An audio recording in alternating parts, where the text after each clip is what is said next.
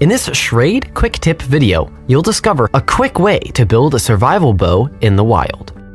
Hang around until the end of this video to learn how to build this life-saving hunting tool from start to finish and get a few tips from our experts along the way. In a wilderness survival scenario, the ability to meet the body's list of physical needs is crucial. While food is typically at the bottom of the list in a short-term situation, it does become a major focus after other more immediate needs are met. A quickie survival bow is an excellent choice for closing the gap between you and your next meal.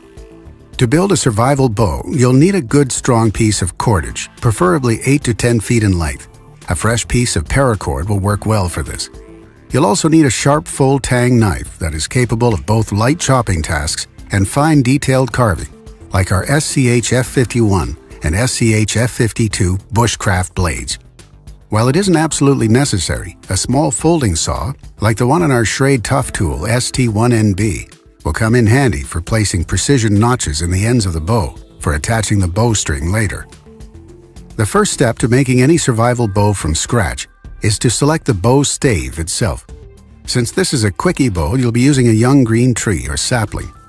It's best to use a hardwood variety of tree like eastern red cedar, ash, hickory, black locust, or beech. When selecting your tree, look for a section that is nearly branch-free, about 6 feet long, very straight, and around 1 to 2 inches in diameter. Now use your survival knife to harvest your tree. For tips on felling a tree with a knife, see our video in this series. After retrieving the bow stave, stand it straight up in front of you and trim up the ends so that its total length comes up to about chin height. Using a saw or axe, like our SCAXE9 for this, will leave the stave with nice even ends. With the bow stave trimmed to the proper length, it's now time to begin crafting your bow.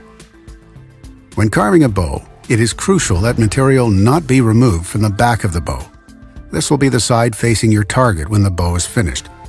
Doing so will drastically reduce the strength of the bow, causing it to snap under tension.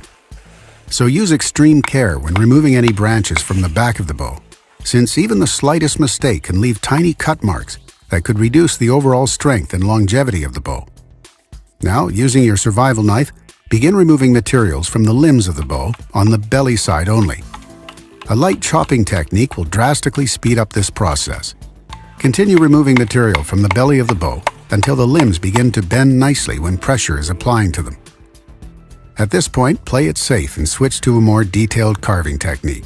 Removing less material with each pass will take longer.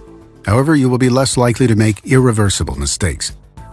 With the limbs of the bow thinned and tapered down to the tips, like this, it's now time to notch the ends of the limbs and begin the tillering process to ensure that the bow is symmetrical and that both limbs bend equally under pressure.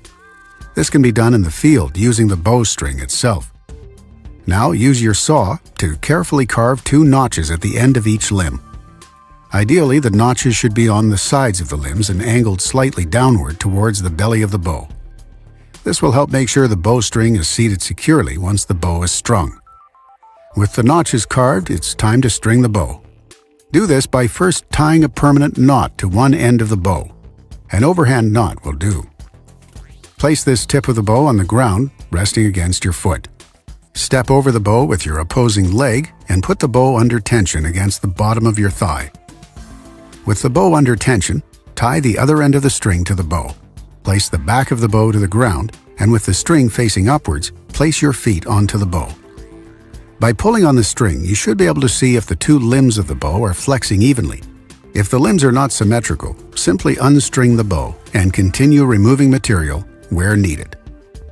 Once both limbs of the bow are flexing evenly, you'll need to adjust the string length to put the bow under the proper tension. A good rule of thumb for this is to simply make a fist and place the base of your fist onto the belly of the bow. Extend your thumb upwards. The string should rest at about the same level as the tip of your thumb when the bow is strung. The only remaining step is to make the arrows for your new survival bow, which we will cover in a future quick tip video. It's important to remember that shooting any bow takes training and practice. So before you end up in a survival situation, hone your archery skills so you have the confidence you need to put meat on the table no matter how bad things get.